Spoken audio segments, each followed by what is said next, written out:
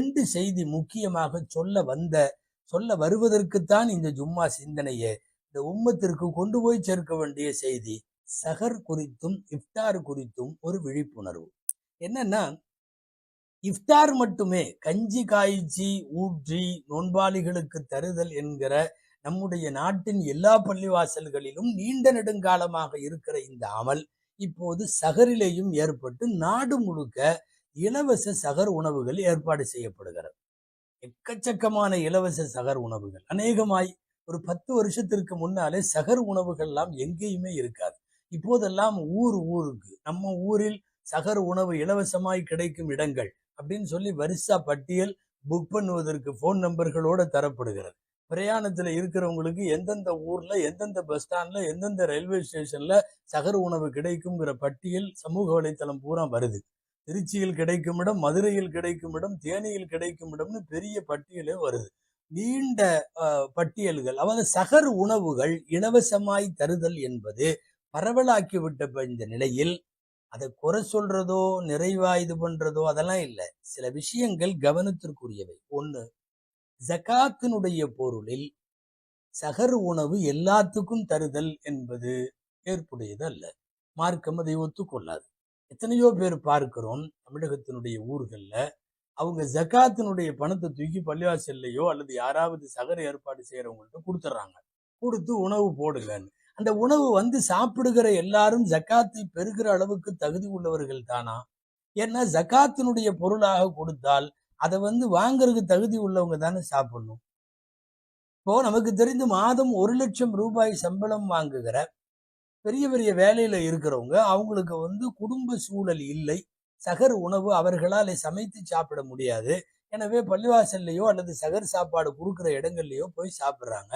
அவர் மாதம் 1 லட்சம் ரூபாய்க்கு சம்பாதிக்கிறார். அவரே ஜக்காத்து கொடுக்கிற நிலைமையில இருக்கிறார். அவர் போய் இலவசமாக சஹர் தருகிறார்கள்னு சாப்பிட்றாரு. முதல்ல இது உறுதி செய்யணும். அது சதகா தொகையாக இருந்தால் சாப்பிடலாம். ஹதியா, நன்கொடை, ஹிபா இதெல்லாம் சாப்பிடலாம். ஜகாத்தாக இருந்தால் ஜகாத்து பெறுகிற அளவுக்கு தகுதி உள்ளவர்கள் மாத்திரம்தான் அதை சாப்பிட முடியும். அப்படின்னா எங்களுக்கு ஏற்பாடு இல்லை, வீடு இல்லை, சஹர் அங்கதான், ஒன்றும் இல்லை. ஒரு சஹருக்கு தேவையான ஒரு உணவுக்கான தொகையை அந்த இடத்துல கொடுத்து விட்டு, யார் ஏற்பாடு செய்யறாங்களோ அவங்கள்ட்ட கொடுத்துட்டு நம்ம சாப்பிட்டு போயிடலாம். சமீப காலங்களில் சஹர் உணவுகளிலும் இஃப்தாறுகளிலும் இந்த கவனம் மீறப்படுகிறது என்பது ரொம்ப முக்கியம். முக்கியமா சமுதாயத்துக்கு கொண்டு போற செய்தி. இஃப்தாரிலையும் கஞ்சிக்கு பணம் கொடுப்பவர்கள் ஜக்காத்தை கொடுக்கிறார்கள். கொடுப்பவர்களிடம் தயை கூர்ந்து சொல்லுகிறோம், பள்ளிவாசல்ல எல்லாரும் வந்து கஞ்சி குடிக்கிற இடத்தில், அதுல குறிப்பா பல்வேறு பள்ளிவாசல்களில் காய்ச்சி ஊற்றப்படுகிற கஞ்சிகளை காஃபிர்களும் பெற்று செல்லுகிற சூழ்நிலையில் நீங்க ஜக்காத்து காஃபிர்களுக்கு கொடுத்தால் செல்லுமா? ஜக்காத்து பணக்காரர்களுக்கு கொடுத்தால் செல்லுமா? எனவே ஜக்காத்து தொகையை தயவு கூர்ந்து சஹர் உணவுக்கும் தர முடியாது, இஃப்தார் உணவுக்கும் தர முடியாது. ஜக்காத்து கேட்கவும் கூடாது. கஞ்சிக்காக ஜக்காத்து தாருங்கள் என்று கேட்பதற்கும் அனுமதி இல்லை. அன்பானவர்களே, யாரெல்லாம் வழங்குகிறார்களோ அந்த வள்ளல்களை கேட்டுக்கொள்ளுகிறோம், அவர்கள் தயவு செய்து ஜக்காத் அல்லாமல் சதக்கா தொகைகளாக கொடுக்கட்டும். அல்லது தான தர்மங்கள், நன்கொடைகள், வேறு அன்பளிப்புகள் எப்படி வேண்டுமானாலும், ரமதான் அன்பளிப்பு அல்லாஹ் நிறைய அதற்கு பன்மடங்காக்கி இறைவன் பகரமாக தருவான் என்பதில் சந்தேகமில்லை. இரண்டாவது செய்தி, சஹருக்கும் இஃப்தாருக்கும், கஞ்சிக்கோ அல்லது இஃப்தாருக்கோ சஹர் உணவுகளுக்கோ பணம் தருகிற பெருமக்களை தயவுகூர்ந்து கேட்டுக்கொள்ளுகிறோம், தவறான வருவாய் உள்ளவர்கள் தர வேண்டாம். சஹரில இருந்து இஃப்தார் வரை பசி, தாகம், புணர் எல்லாவற்றையும் விட்டு அல்லாஹுவுக்காக தன்னை கட்டுப்படுத்தி கொண்டு ரப்புக்காக நோன்பு வைத்த இறைவன் சொல்லுகிறானே, நோன்பு எனக்கு, நானே அதற்கு கூலி கொடுக்கிறேன் என்று. அப்படிப்பட்ட பரிசுத்தமான வாய்க்கு நீங்கள் கொடுக்கிற பேரித்தம்பழம் ஒரு தவறான வருவாயிலிருந்து தரப்படுமானால் நிச்சயமாக அந்த குற்றத்திற்கு நாம் ஆளாகி விடுவோம். நன்மையை செய்ய போய் பாவத்தை சுமக்கிற சூழ்நிலை வந்துவிடக்கூடாது. அதனால் சஹருக்கும் இஃப்தாருக்கும் தருபவர்கள் ஜக்காத்திலேயும் தர வேண்டாம், அதே போல ஹராமான காசிலிருந்தும் தர வேண்டாம்.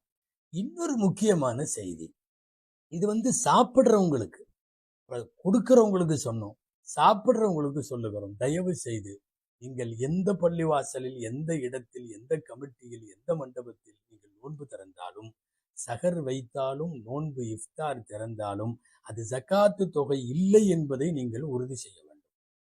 ஜக்காத்து வாங்குவதற்கு நீங்கள் தகுதியாக இருந்தால் தாராளமாக சாப்பிடலாம், இஃப்தார் செய்யலாம்.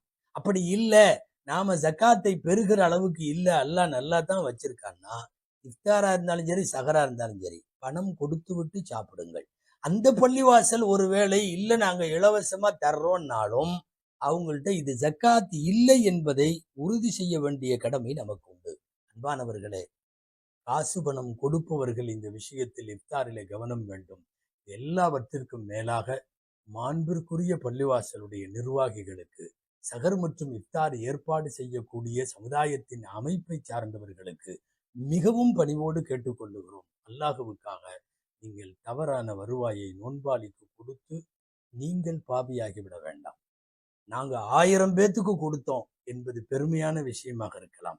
நீ 1000 பேத்துக்கு தூய்மையான காசு கொடுத்தாயா? நீ 1000 பேருக்கு ஹராமாக இல்லாமல் ஹலாலாக கொடுத்தாயா என்பதற்கெல்லாம் அந்த பொறுப்பாளிகள் பதில் சொல்ல வேண்டும். ஒரு பேரீத்தம்பழமாயினும் நீங்கள் கொடுக்கிற தண்ணீர் பாட்டிலாயினும் அல்லாஹுவிடத்தில் பதில் சொல்ல வேண்டும்.